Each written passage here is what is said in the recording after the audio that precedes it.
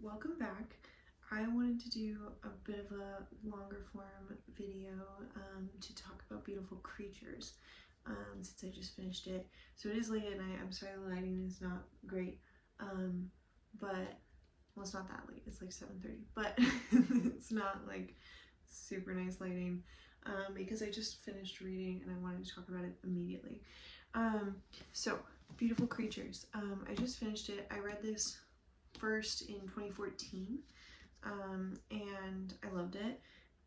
Although I always thought I liked it, and then I was rating it again on Goodreads. The first time I read it, I rated it 3 stars. This time I rated it 4 stars. So I don't know if it's like my taste has changed or if I was like judgmental of YA back then, which sounds very like me, or what. But this time around I gave it 4 stars. I really loved it. I think this is a fun book. It's got witches, it's got succubuses or incubuses. Still unclear on that. There's so many like references in this book too, which I love. There's lots of like horror references. It feels very Carrie sometimes, feels very Shining sometimes. So that's really fun.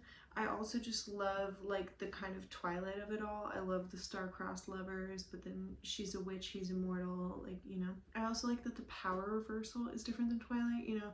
This book feels a lot more feminist to me than Twilight. Let's talk about the plot for a minute. I've talked about this a little bit on my channel before, but Beautiful Creatures is about a witch who falls in love with a mortal. They're kind of star-crossed lovers. They've got this long family history.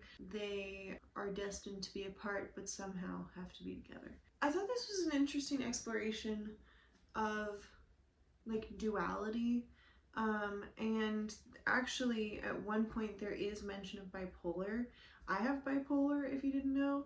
And I thought it was really interesting that, so Lena's the main character. Her mom is mentioned as having bipolar by like a mortal, and they suspect that Lena also has bipolar, and that's like the only way that these mortals can actually like conceive of the wildness of these witches, or casters as they're called in this book, which I just think is so funny, by the way. That's Toby. Toby says hi. So I thought that was really interesting that like there's even like mention of bipolar. I actually am someone who, when I was bipolar, like thought I had magical powers and stuff, which is part of being bipolar. So I thought it was really interesting that that was the choice of like mental health condition that the mortals understand the witches as having. You know, I was surprised to hear the word bipolar in this book, but I do think it kind of works. As a bipolar person, I do think it works. I don't think every bipolar person would agree with me, but I kind of think it works. I'm really excited to watch the movie. I think I'm gonna do that tonight.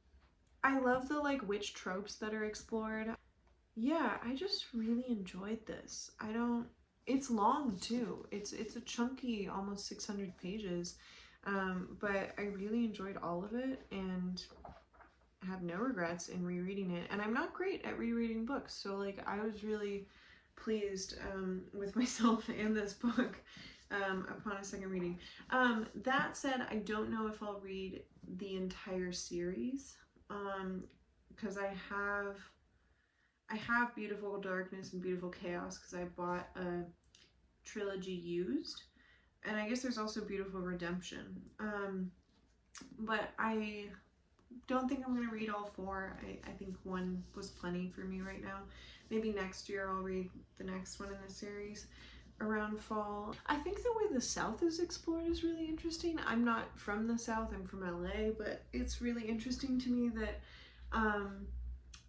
that the South and the Civil War is explored in this way. You know, we get this like really interesting perspective of Ethan, who is a kid growing up with like kind of what's described as like hyper intelligent, pretty liberal parents who call it the Civil War, whereas everyone else around him, I think, calls it the War of Southern Independence. I also loved the nostalgia factor of him talking about playing songs on his iPod all the time. Like, that was really lovely. It culminates in a really great, like, finale. There's a twist that I didn't really expect. I've read it before and I didn't see it coming. I'm really glad I reread this. This was really fun for fall. So just if you're looking for a fall read specifically, this does cover Halloween, but it covers several months, so it also has a Thanksgiving and a Christmas scene, just so you know, because I like to know, like, is this like we're living in fall for the whole book, or is this, you know what I mean? So this does live for a couple months leading up to Lena's birthday. I'm really glad I reread this. Maybe I'll make like a short about the movie after I watch that. But thank you so much for watching this video and hearing my raw gut reactions to rereading Beautiful Creatures. I also read a lot of this today on audiobook, walking around Disneyland. So if you want to watch the video where I did that and I talk about that, and there's also like fun Disney clips, I'll link that somewhere if I remember to. But yeah, I really love this. This is really fun. I recommend it. Yeah. Happy reading.